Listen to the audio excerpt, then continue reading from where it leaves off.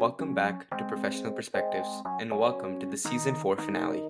Today, we are honored to sit down with Mr. Dan DeFrancesco, the Deputy Executive Editor and Anchor of Business Insider Today, Business Insider's flagship daily newsletter. Mr. DeFrancesco, thank you so much for joining us. Your career has taken us from local sports reporting to covering fintech, market structure, and some of the biggest stories on Wall Street. You have broken major investigations ranging from Robinhood's failed checking and savings launch to JP Morgan's attempt at millennial banking app, and even dives into the electronification of corporate bond markets. We're excited to learn from your reporting, your editorial leadership, and your perspective on where business journalism is heading. Absolutely. Today, millions of people rely on Business Insider Today for clear, fast, and accurate business news, and your work is at the center of that. From your investigative reporting to your editorial direction, you've helped shape how readers understand the most important trends in fintech, markets, and the economy. We are thrilled to have you here to close out Season 4 and dive into the craft, responsibility, and evolution of modern business journalism. Mr. DeFrancesco, welcome to the show. Yeah, thank you so much for having me. A lot of pressure being the season finale, but hopefully I can live up to it. This is great. I'm honored to be here. Thank you so much. Yeah. And I'll say, just to start the conversation off, what originally sparked your interest into journalism? And did you ever imagine that you would end up in business reporting instead of sports? Definitely didn't imagine I'd ever end up in business reporting.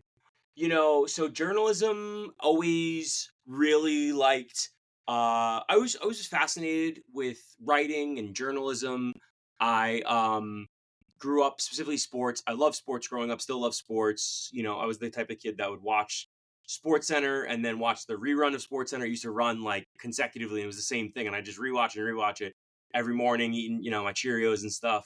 And then like how I made that connection to journalism was my sophomore year of high school. I had an English teacher kind of asked to, write about what you're passionate about. And I realized I actually like the craft of writing. So I was like, okay, I like writing. I like sports. So this will be, interesting thing. And that was the plan initially. And then, we can get into this a couple twists and turns along the road. All of a sudden you end up writing about business and finance, and then you start writing a newsletter. So it's just kind of crazy how we got there, but we did. Awesome, yeah, and it's really cool to see how your path definitely moved from different ways, and especially from the fact that you grew up in England. I was wondering how how your role in covering local sports at the Journal News shaped your storytelling and interviewing style, especially as it's like a smaller firm compared to like a place like Business Insider. Sure. Yeah. Well, I didn't grow up in England. Lived in England a little bit. So I grew up in New York, in upstate New York, but I lived in England after college for a year. Um, and yeah, no. So it's interesting. I came into journalism at a very unique time. I graduated college in 2011. So the kind of aftermath of the financial crisis was still very much being felt in the publishing industry, really across the job industry, but specifically in the media industry. So it was really tough to get a job. I lived in England for a year, did something not related to journalism, and then kind of came back. And so 2012, it was also a unique time for journals in general because I think, you know, probably 5 years ago, 10 years ago, a journalist would graduate from journalism school and they would go work at the smallest local newspaper they could. And then they would work at like a slightly bigger and kind of climb up the food chain, so to speak, because that's just the way it worked. Like you worked, it wasn't like there was all these online publications. But so it was this transitionary time, and I had interned at my very local newspaper, which was the Poughkeepsie Journal in Poughkeepsie, New York. It's about an hour and a half north of New York City.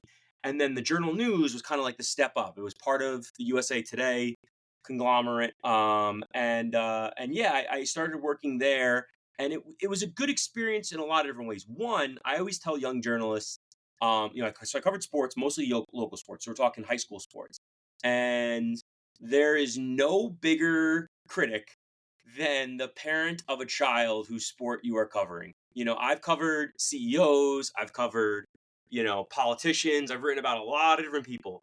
There's no one angrier than a mom or dad who feels like you slighted their kid, in a quick write up about their basketball game. Or so in that sense, it was an interesting experience. But I think, look, whether you're writing about girls lacrosse or you're writing about the Goldman Sachs or Meta, like stories are stories, people are people.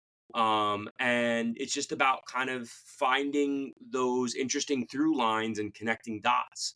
And that's just something that, kind of, so in a lot of ways, it did shape me to kind of learn that early on, which I think was super helpful. But yeah, that's great to hear how like your mindset kind of shifted in a sense. Would you Mhm. say like your period in England could like contributed to that because you could see like how communication and audience engagement might have changed in both aspects? And would you like recommend taking a period of environment shift if in for like other younger college students? Yeah, yeah. So I did it. So the story in England quickly, I can say I played lacrosse in college, and I had an opportunity to go to England, go to Manchester, and play lacrosse for a year and coach, and it was great. I think it was great. One, it definitely helped me in a way because I did a little bit of writing there. I had a blog there, and I think, blog writing for blogs, doing that type of daily writing is really helpful for me. It helps me kind of, you write in a different style, which helps. You have to write with more voice when you're blogging. You kind of have ownership of this, so I think that was really helpful. And then in general, I do think for young people, if they can take some type of a reset, I think it's helpful. I have a lot of issues with the way specifically finance works as far as like career trajectory.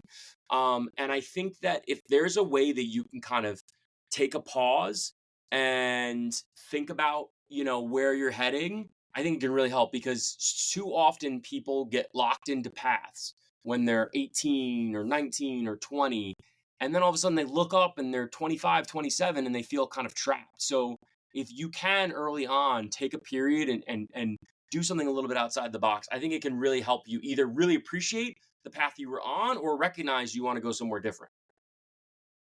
Yeah, I feel like that's also really good advice just in any specter of life about just being able to acknowledge your situation and adapt from it. So Mhm. you were talking about like being able to be adaptable. I was wondering what qualities would you say make a strong business reporter in today's environment? Yeah, so I think one is that you need to be willing to get your hands dirty as far as like, and I don't mean that in a like doing bad things. I mean like you need to be willing to look at spreadsheets. You need to be willing to look at transcripts. The beauty when you talk about AI, the beauty of AI now is that it can do a lot of that. In ChatGPT or Claude or pick your chatbot, you can drop these spreadsheets in, but you need to be willing to kind of do the work. I think the other thing is um, you need to be to be a good business where you need to be a good translator as far as you're gonna, especially when you're early on. When you're first starting off, you're not necessarily going to be able to talk to the CEO or whomever. You're going to have to talk to people that are going to be a little bit more in the weeds on things. That's where I start off when I started covering more business journalism. I worked for a trade publication, which is not going direct to consumer. It's more so going to specific people in a field. So you end up talking to a lot of technical people. And I think that, in general, it's really a good quality to have as a business journalist is to be able to kind of understand, try to, translate what can be a very technical topic that you're talking about, whatever it could be, and being able to try to simplify it for a broader audience. That's such a key for any journalist, but specifically for business journalism, because so quickly it can get technical with the numbers or the specific type of products. And being able to kind of translate that, I think, is a huge quality that young journalists need to learn quickly. Yeah, and how did you build these qualities up, especially for like young high school students? Because that is our main audience. How would you say they Mhm. can start building these qualities early on so that they can be as efficient as possible? It's so first is reading, right? Like just read as much as you can, For me, when I got into business journalism was August 2014 is when I left the Journal News to work for this publication called Waters Technology, which is specifically about financial technology. And it just so happened earlier that year, Michael Lewis, who wrote The Big Short, Liar's Poker, a bunch of famous financial books, he wrote a book called Flash Boys. I don't know if you guys are familiar with it, but it's about high frequency trading. It's a really interesting story. But he took what is a very, very, very complex topic and wrote it in a very interesting narrative, character-driven way. So like that was an introduction to, hey, this can be complex, but it can be written in a lot more simple way. So the first thing I would say is, for anyone that I would say is, try to read as much as you can, different types of publications, and all different. Don't I'd love you to read BI Today and Business Insider. Read that, of course, but read other publications. Read a bunch of different things. Get a sense of it. Have as many conversations as you can, and then for on the journalism side of thing, it's the biggest thing is reps, right? It's we call it clips in the business as far as like getting stories out, but even if it's just writing for your local newspaper or if it's writing for a blog, the great thing is now with the internet, you can kind of spin up a Substack, and even if you got a couple subscribers, it's just getting those reps up, and the more and more you write, you kind of work that muscle, and it helps a lot. So yeah, and I feel like that too is also really good advice in just being able to continuously practicing your art and your work. Mhm. I was wondering in general, so like for your work, like business journalism covers such a wide range of topics, and you in like your recent articles, you have written about the job market and the Great Freeze, media disputes like YouTube TV, and then just like broader issues about like the AI debate and then the housing policies. So how do all these stories fall under the umbrella of business journalism, and what does it like entail for you on a day-to-day basis? Yeah, I gotta wear a lot of hats. I gotta pivot a lot. I would say, so to answer the question about like how does it fall into business journalism, I think specific. First of all, I'd say really everything is business ultimately, like, and I know that like maybe some of your listeners will roll their eyes hearing that, but truly, like, at the end of the day, a lot of these things come down to money. There's some type of business element to it, so there's always like a business element to anything you can think of. But specifically for Business Insider, I think the pillars we kind of always think around is business tech and innovation, right? Or markets tech and innovation. So you think about like everything that's going on in the financial markets, you think about everything that's going on in the technology, and then you think about everything that's innovative, whether that's military tech or innovative housing policies or whatever it may be. So that's kind of our umbrella, or the umbrella I work under. And yeah, day to day it can be a lot. Certainly there are things, my background's in finance, having written about that a lot, so that's kind of a sweet spot that I can kind of lean into easily. Over the past couple of years, as I've written this daily newsletter, I've gotten better at tech and stuff. But yeah, a lot of times I'm coming in fresh on a topic that I don't have a ton of background on. So a lot of it again gets back to reading up, reading everything that's on our site, reading our competitors to get like a better understanding of it.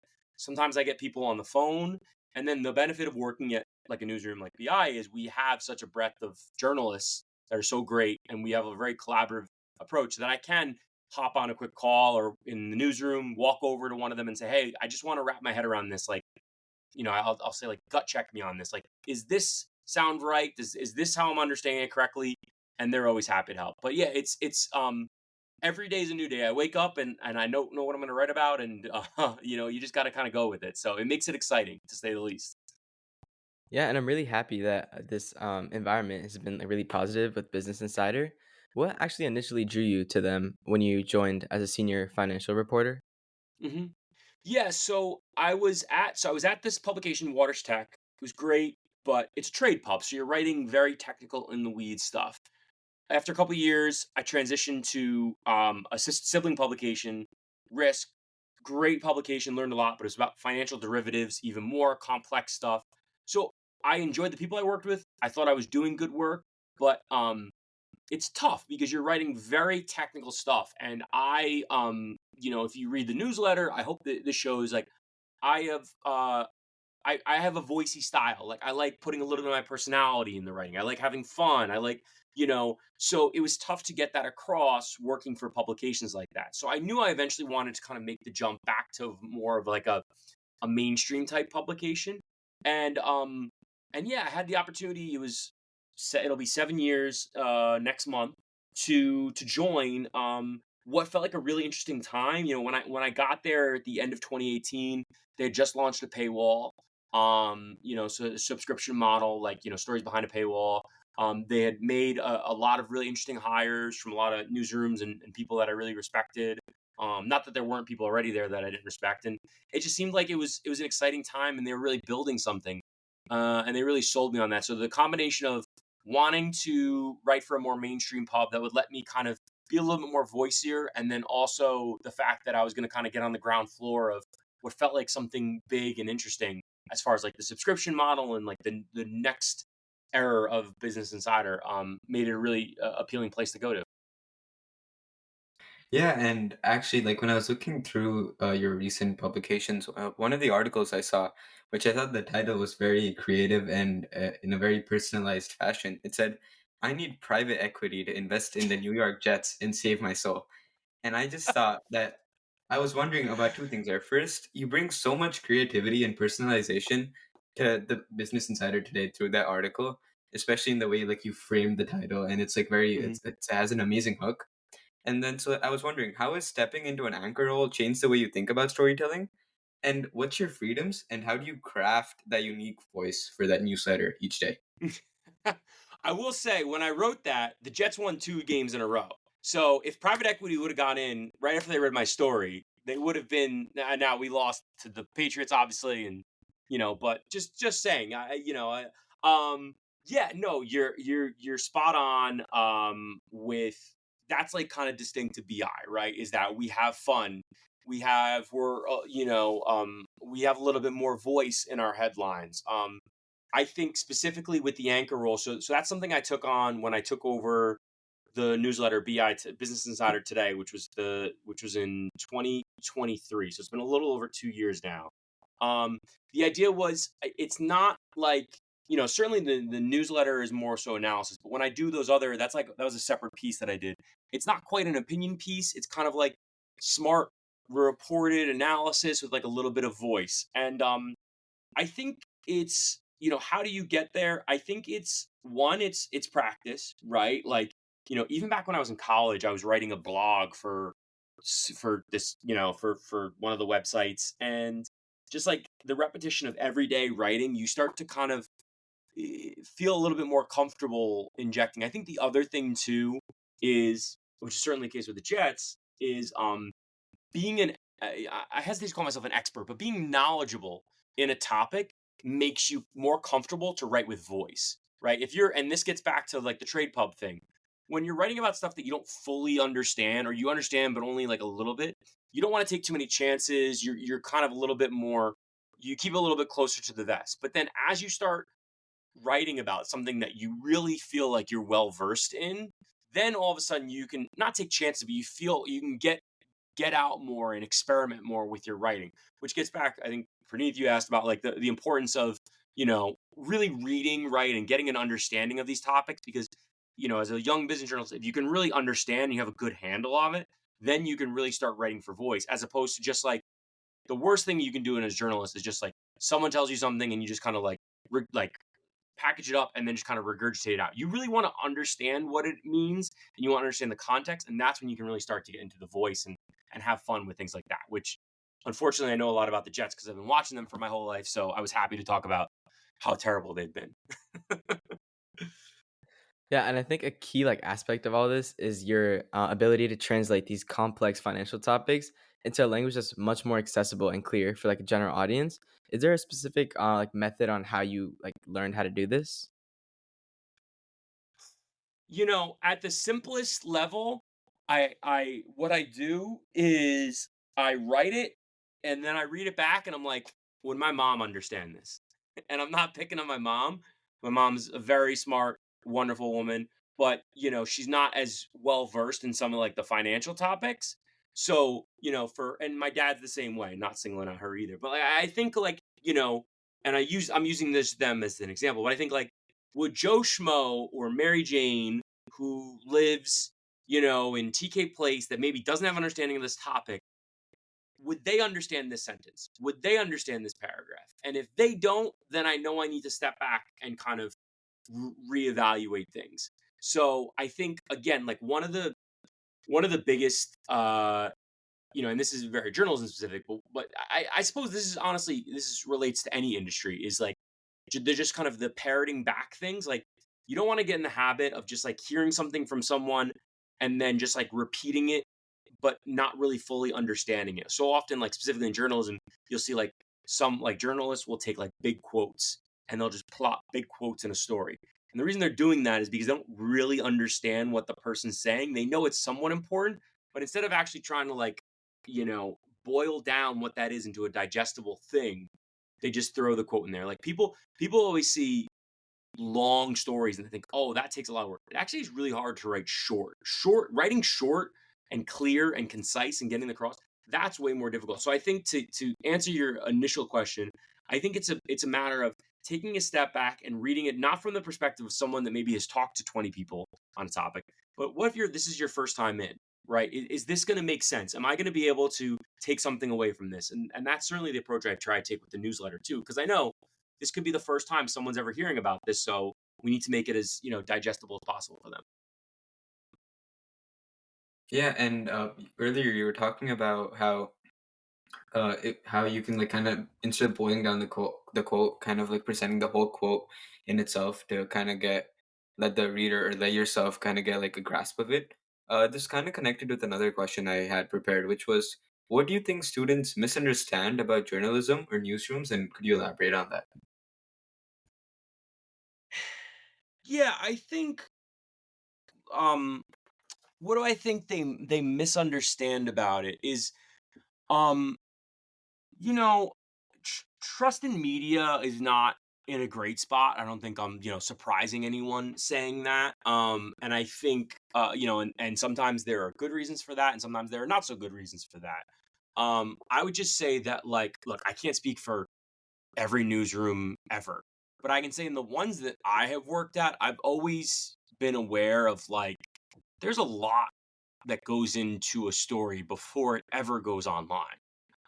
Like, it's not just one person kind of talking to one person and then getting stuff off. And especially the more sensitive the story is, we have um like teams of people and lawyers and all these things that go into kind of making sure the story is as accurate and unbiased as possible.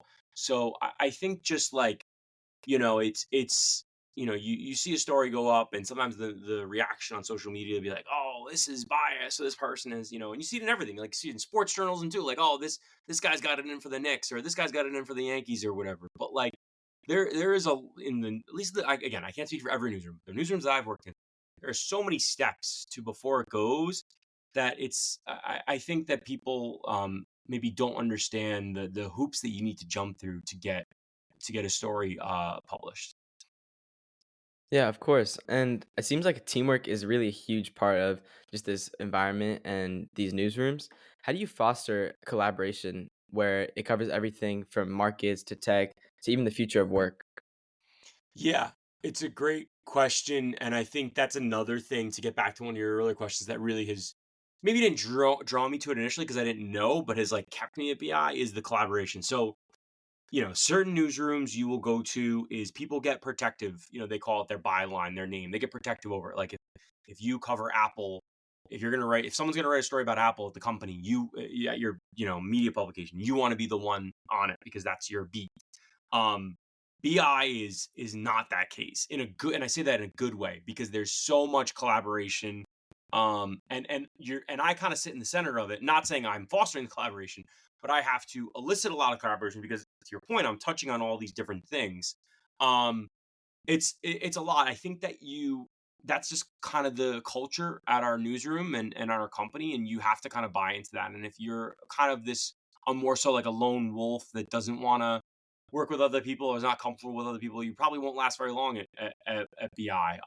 And look, that works at other publications, but for us, I think there's always a benefit to getting more people involved. Also, because it gets back to that concept of getting another person's perspective. And this goes, so I'm using the example of like, my parents, but this also goes to the perspective of like a finance reporter could write a really smart finance story about some tech investment, but they might not have that additional context that a tech reporter will have about this specific tech company or the VC that invested in them. And like from the financial aspect of it, they might have the story nailed down, but bringing in that tech perspective also brings in, hey, actually, TK Investor we've written about them a lot, and they actually don't make those type of investments typically. So that's why this is even more interesting, or they always do. So they're actually making it because they're hedging from another bet. So it's like, that's why that collaboration is huge. You want to bring together all those expertise and leverage all the talent you have. So it's been something I think that is a key part of the newsroom, and will continue to be. Yeah, and first of all, I would want to say like the BI editor collaboration aspect is actually really cool, and to be able to see how you guys are able to work together and kind of not be competitive within the workspace. You touched earlier on this about how there's a lot of collaboration in sensitive topics. Could you speak to us on what the editorial review process looks like on like high impact or sensitive stories? Yeah, I mean, a super sensitive story will have a few different editors look at it, right? It won't just be one. It might even go through a legal review as well. So there's a lot of kind of checks and balances. There's also a lot of, showing your work as far as like, okay, where are you getting this from? Do we have this from multiple sources? So, it's not so much like one person told me this, okay, let's run with it. It's, do we have documents on it? Have we confirmed this person did it? Um, it's been, the role I'm in now is a little bit removed from that. I'm not working on those super sensitive type of stories. I did in the past, and so I can speak to that type of work, and yeah, I mean, it was not easy, but in a good way, right? That's what you want. Also, like, any good journalist should welcome that, because they want to make sure their stories is bulletproof. So they're gonna want to go through that whole process as well. That's amazing, and it seems like it's really good advice for people looking into journalism. Now, kind of shifting into your opinion on how the market's looking and everything, what trends in fintech or markets do you think will define the next 5 years of business coverage? Yeah, I mean, the general kind of no kidding answer is AI, right? You probably would have guessed that. But it's sure. I mean, it's just consumed everything. And I think it's dictating where the stock market is going. It's dictating how we're covering, right? Like, how we're leveraging AI to cover this. I think it's the story of the day, of the year, of the decade. Um, I think, like, to kind of I'll use a term I hate, but to double click on that a little bit and to like go in, I think the stuff around powering all of this is really interesting. It's a little bit in the weeds, but like, so we have all this AI that we want to use. We have big promises. And then, okay, so then we obviously need the chips, right? And all that. So when you talk about NVIDIA and all that stuff. So like, that's a whole another component, right? But then you also need the power. And that's why you're seeing these tech companies buy up actual nuclear power plants, try to restore nuclear power plants. You're talking about utility companies trying to spin up power. Um, and yeah, I just think I find that really fascinating. It's, in a lot of ways, it's kind of like the boom we saw around crypto, where with crypto mining, all of a sudden you need all this power to do crypto mining. Um, but yeah, I mean, the whole like AI universe, it's talked about way too much, and then in some ways it's not talked about enough, because it is going to be the story going forward for as far as I can see, for a long, long time. Yeah, and specifically talking about AI's effect in the writing industry, how would you say AI is affecting newsrooms, and where do you think it'll have the biggest impact within like the journalism space? Yeah, it's huge. It's huge, and anyone that says it's not, I think is being naive. I think it goes it goes it goes a couple different ways though. Like, the one, you can get a massive benefit from it, as far as like we talked about, like digesting documents for you, kind of helping you organize your thoughts. Like, there's so many different ways, and in every other industry, the way people are leveraging AI, journalists can leverage it too. Now, where people get a little sensitive is when it comes to the actual writing, right? And what my response to that would be is that, like, AI is not going to get sources. It's not going to go out. It's not going to call 50 different people. It's not going to email 50 different people and get denied by 49 of them, and then finally get that one person who's going to talk to them, and then he's going to talk to, like, that's the work of a journalist that like AI can't take, at least not right now. I don't know. When I can start making phone calls to people and getting sourcing, then maybe we're in trouble. But so I think that's a big thing. I do think um writing with voice, and again, I mean, people go back and forth. Some people are like, oh, the chat gpt I use to write my emails, it sounds just like me or whatever. I still think there's a little bit left there to be desired, but um will it so I think ultimately, yeah, it's going to impact the industry because there's going to be some efficiencies. So the newsrooms or the journalist, if you're a journalist that's like just reiterating a story that's already out there or something, that's a tough spot to be in right now as a journalist, because ChatGPT is going to continue to kind of eat your lunch in that sense. But if you're doing what you should be doing, and what all young journalists are probably doing, like picking up the phone, making phone calls, getting out there, reporting, doing experientials, doing things like all that type of stuff, that I know our newsroom is leaning into, I think that insulates you to a big degree, because those are things that ChatGPT is not going to be able to do. Yeah, and I think that's actually a really interesting viewpoint on it. How it's not like AI is going to do all of the dirty work for you. So, and how there's actually is still a future in journalism and this kind of aspect. Kind of a different question. Most people, like the general public, get their day-to-day news from people like Business Insider and other journalists. How do you guys stay up to date on market structure, fintech, beyond just your day-to-day work? Yeah, I'm a subscriber to newsletters just like everybody else. I follow people on TikTok and all those different things like everything else. I'm on, Twitter. So the same way people consume it, I consume it. And it's honestly, it's helpful in that way because, you know, I'm not above saying like, "Oh, like that was a really interesting framing that, this publication had. Like that's an interesting way to think about the story. Next time we should think about something doing it something like that." I think um, you know, I would say journalists are some of the biggest consumers of news that you'll ever meet, typically. So for me, I'm in the same shoes as my readers, and that helps because then I can kind of be in the perspective of, okay, well, this is a good way that the news is being positioned to me, as far as like I like this medium or I like this style. What can I, how can I what lessons can I learn from this? Or this is a bad way, how do I kind of stay away or avoid that? So, yeah, it's the same way everybody else is, I think, just, on a higher multiple, because we just kind of have to keep our our nose on a bunch of different things. Yeah, sorry. And yeah, so when you're talking about like picking stories and just kind of writing the stories, and both from a creative aspect, but also in terms of just picking a story to write about, how do you decide which stories earn a spot in BI and which ones you are worthy of writing about? Yeah, it's probably the hardest part of my job. Because we have so many good stories every day, so I'll speak specifically about the newsletter that I write, as far as which is, it's the main one for Business Insider, and it's tough, right? We have three sections, markets, tech, and business.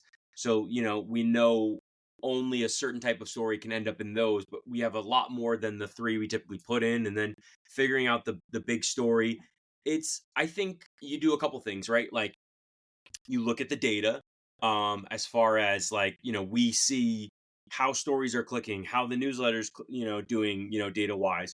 So obviously you want to lean into what the readers appreciate. You don't want to just keep sending them stuff that they don't want. So that's a big piece of it, is looking like, hey, we've written a lot about this topic and it's done really well, let's continue to put those type of stories in. Or, hey, this type of story has not done really well in the newsletter, maybe we take a break, or maybe we figure out a different way to position it. um I think that, there's also, we're always in contact, again, collaboration with a bunch of different, people in the newsroom. So, um, I'm more of a generalist than an expert on one specific topic. So when someone from one of the desks says, "Hey, look, we have this story coming. It's a big one. It's really important for XYZ." That also helps inform our decision too on what to include. So yeah, it's a combination of looking at the data, talking to the people in the newsroom, and just having a sense of like, okay, this feels like this is something that we really need to promote high. But it's a fluid process, right? I always say there's no sacred cows. Like we're not like, oh, we can't touch that. Like if it's needs to be changed, it needs to be changed, and we'll adjust as need be. Yeah, just to get a little bit of clarity for both our listeners, how many of these articles get projected and are rejected, if you know what I'm trying to say? Yeah. So I guess, are you asking for, because like I don't control what will necessarily go online, Mhm. but you want to, I guess, are you interested to hear, like, in general in journalism, like how many story ideas that get pitched actually get published? Yeah. Is that what you're curious about? Yeah. Yeah, I mean, I would say, hmm, it's a good question. Um, I mean, if you're just talking about like initial idea, for how many initial ideas you have to how many stories actually end up published on Business Insider today, that hit rate is probably like 20%. Maybe, I don't know. Maybe another journalist would be like, "Oh my god!" But like, I just think of, there's so many ideas that you have as a journalist. Like especially when you're a reporter on the beat, you're talking to so many people, and then you start to explore something and then it falls apart, or so like there's so many reasons it doesn't, and that's, to be clear, like that's good. That gets back to what we were talking about, like all those checks and balances. That's a process of like editors being like, no, there's not a story here, or a source, maybe something falling through, or the fact check not coming through. So it's good that it's not like everything. And it's also a sign of like a really creative, good journalist that's going out there thinking of a lot of ideas, right? That's always the mindset I always had, is like, let's come up and think through a lot of things, and then let's try to report it out. And okay, is this something? Okay, no, it's not. Okay, but this is something, and then going from there. Yeah, and to ask more about like your inside perspective on like what you think is going to be successful, like in general, with so much information being published every day, where a regular like reader or consumer through their phone, TV, laptop is consuming so much like ads and information and news, what would you say makes a business story truly worth it for a reader, and what makes it so engaging? Yeah, I think it comes down to, I always think of three things that people really care about. People care about people, they care about money, and they care about power. If the story doesn't have to do with one of those three things, they probably don't care ultimately. Like there has to be one of those things has to be stakes. So like people, okay. Is it a new person that just got hired into a big position, and why does that matter? Is it someone that got demoted? Is it someone that got, is it someone that got fired from someplace, whatever? That's like the people story. Is it just a really interesting person that has a really interesting backstory, right? That's the people aspect. The money is obviously the money. Like, are they making money? Are they losing money? Are they figuring out a new way to make money? Are they diversifying their money? That's the kind of the money angle. And then the power is like, is this company now in a better position because of the decision it made? Is this company now in a worse position because of the position it made? That's but the stakes have to be one of those three things, and if it's not clearly one of those three things, I think very quickly the interest from a reader falls off from a business perspective. Yeah, that's a really interesting idea. Like I didn't even have that. I thought like, yeah, if you don't have like a clear claim, then like there's no purpose, I guess, in reading it.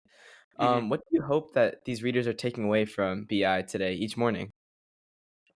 My hope is, so before we start, we are talking a little bit about basketball. But you guys know Jim Valvano. You maybe seen the video. The old NC. He's an old NC State coach, right? They do the Jimmy V at the ESPYS, right? And he passed away from cancer. But he had this famous speech at the ESPYS where he goes, oh, a good day is if you laugh and you cry. That's a full day. I lived a full day. It's like, I want someone to come away from BI today, having felt like they learned something, right? Having, maybe something new, having felt maybe that they learned something in a field that they already understand. And maybe having a laugh, having a little bit of fun, right? There needs to be a little bit of that color and character and interest in it. I also want them to feel like they picked up on something completely new, maybe, and maybe they picked up something they already knew. I always describe BI today as, if you think about the ocean, right? There's the weeds right in the very bottom of the ocean. It's like very mucky and crabs and lobsters and all that stuff at the bottom. And then there's the high level surface, like the people on top, like the boats. I want to exist somewhere in the middle, right? I want to exist where if you are at the very top and you don't really understand a topic, you can still pick up on something. But if you are super in the weeds, like if I'm writing about Meta and you're a product manager at Meta and you think you know Meta front to back, you're still going to pick up a little something from when I wrote about Meta because we're going to have that deep reporting. So it's existing in that middle ground where I can kind of pick up the people that don't know a ton, but also pick up the people that know a bunch. Yeah, and so like your work definitely would reach thousands, if not hundreds of thousands, if not millions of readers every single day, and helping them understand complex topics and take away something meaningful from each story, right? So, Mhm. thinking about the impact, what advice would you give to students listening right now who are interested in journalism, either business or sports, and what should they know before deciding to pursue it or venture out into that path? So the first thing I would recommend to young journalists is try a bunch of different things. Like one of the biggest mistakes I feel like I made early in my career or young was I was so laser focused on sports. I had blinders on. All I wanted to do was sports. I didn't think about anything else. I didn't want to write about anything else. I got to college. I spent 3 years writing for the school newspaper. All 3 years, I only wrote for the sports section. That's all I did. And like it was great. I had fun. I got to read some fun stories, but I just never kind of experienced anything outside of that. So I would say if you want to be a journalist, I would recommend writing about a bunch of different topics. Even if you think I want to be a lifestyle reporter, I want to be a features reporter, I want to be a tech reporter, I want to be a banking reporter, whatever the case may be. Write about a bunch of different things. Other thing I would say, and this is probably a little bit controversial, but the best experience you will get as a journalist is just actually writing the stories. And this is not a knock on journalism school or anything like that, but so many great journalists did not go to journalism school, didn't necessarily major in journalism. They majored in something and then they also wrote. So, um I would also say that like if you're interested in journalism, but you're also interested in economics, or you're also interested in public policy, you're also interested in healthcare, like think about double majoring or even majoring in the subject you're interested in, and then just writing for your school newspaper, or minoring in it. And some people will be up in arms and say, no, you need the full journalism experience, and there's so many things you can learn, and there's a lot, but a lot of what you learn in journalism is just getting in the weeds and actually working on the stuff, whether it's, doing, whatever it may be. I mean, you guys are doing this podcast right now. I'm sure there's a lot you have learned from season one, episode one to now the finale, right? Of, your latest season. So I think ultimately you just kind of need to get your hands dirty and do it. So yeah, that would be some advice for young aspiring journalists. Yeah, I think that's really amazing how these students shouldn't be looking at going into a career so single-mindedly, and how journalism doesn't need to necessarily have a degree. You can just pursue what you really love and write about it on the side. And as we start to wrap up this episode, we ask this question to all of our guests, which is, what is one piece of advice you would give to your younger self? Don't get caught up in um following what you think is the path you need to follow. And I kind of touched on this earlier, like very early on in my career, I thought I have to go work for a newspaper because I'm gonna work there and I'm gonna climb up, and then when I get to a certain level I can go to a bigger newspaper, and this and it doesn't work like that. Life doesn't work like that. And I think this is for every career path, and I mentioned it before, like I have a big problem with the way career paths work for finance. Like I think it's so ridiculous how basically like if you want to be an investment banker or you want to work in private equity, you essentially need to know that when you're like a senior in high school, because you need to pick the right college, and then you need to get in the right investing club, and you need to get the right internship.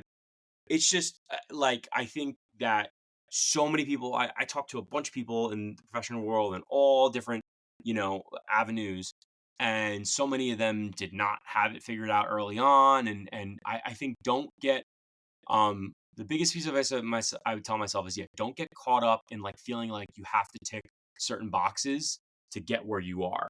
If you would have told me that I would be extremely happy writing a daily newsletter focused on business, if you would have told 21-year-old me, I would have laughed in your face. I've been like, there's no way, like that makes no sense. There's no way. How would I even get there? So yeah, I think don't get too caught up in like the path that you think you need to follow. Yeah, and I feel like that's actually really relatable advice for everyone literally in high school right now when college is a very big part and they're like stressing about college, stressing about what to do next. And I feel like that advice is very true and holds true to like every part of life about how you should just keep moving and also just being able to change, but also like be aware of what's going on, right? 100%. I mean, if Yeah, you look at if 7 years ago, getting a degree as like a programmer coder, like that was foolproof. You were mhm, golden. You get now, like what? yeah, So that just goes to show you, like, no, that is there's nothing that's foolproof. Like, don't get so caught up, especially if you're a younger person and maybe you're applying. People are applying for colleges right now. They're getting early admissions. Like, oh, I didn't get into the school I wanted. Like, it's nothing is the end of the world. There's no door that is closed to you, especially at a young age. There's no door that's being closed to you right now. Be open. As long as you feel like you're continuing to move forward, it's okay if you're not continuing to move forward on the path you always thought. yeah. I definitely agree. I feel like that's a very important piece of advice for everyone just to have in back of their mind and to be resilient and persistent. And finally, for our last question, looking ahead, what's next for you at Business Insider or in your career more broadly? Are there new projects, stories, or directions you're excited to explore? Yeah, I'm really excited about the continuing to do stuff with the newsletter. I want to. It's great. Like I said, we kind of continue to evolve it. So every day feels new. So whether it's like trying to get more original reporting in there, I think that's a big thing. On the video side, I recently did, in the wake of there were, this back in October, there were a bunch of layoffs at Amazon that we had a bunch of really strong reporting on. So we did like a kind of a pop-up live video event. So I helped manage, or I hosted a conversation between a couple of reporters in our newsroom. That went really well. So I think trying to do more opportunities like that is really exciting, doing more on camera work. But yeah, I mean, the beauty of BI and the beauty of my job is that I wear a lot of different hats and something's always new. So I think it just, to get back to the last thing, is just like I'm always kind of welcoming change or something new. So I think that's the most exciting thing, is the fact that I don't necessarily know what's going to come next, and it makes for an interesting day. Yeah, that's actually really inspiring too. I feel like we all can relate to that in some sort of extent. And just thank you so much. This has just been such a good episode. I feel like there's been so much great advice, both into the specifics of journalism and going into a career of that sense, and both in just life in general. Yeah, Yeah. I definitely want to agree to what Praneeth said.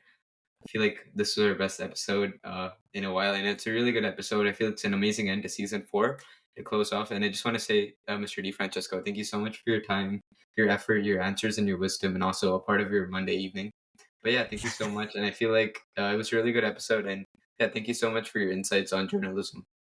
Hey, well, thank you guys for having me. Congrats on the season finale. And, when you get to season 25, and, just don't forget about me. All right. Just remember the little guys, once you guys are big time. But this was great. I love this. This is fantastic. You guys run a great shop here. So, thank you. Thank you for having me. Of Yeah, thank course. you so much. Yeah. Yeah. Mr. DeFrancesco, thank you so much for joining us and helping us wrap up season 4. Your journey shows us how far curiosity, consistency, and strong communication can take you, and we know that our listeners are going to walk away with very valuable lessons for their own careers and lives. Absolutely. And to everyone tuning in, thank you so much for supporting season 4 of Professional Perspectives. We hope this finale inspires you to keep learning, keep asking questions, and keep pursuing growth. We'll see you guys in season 5, and keep exploring your professional perspectives.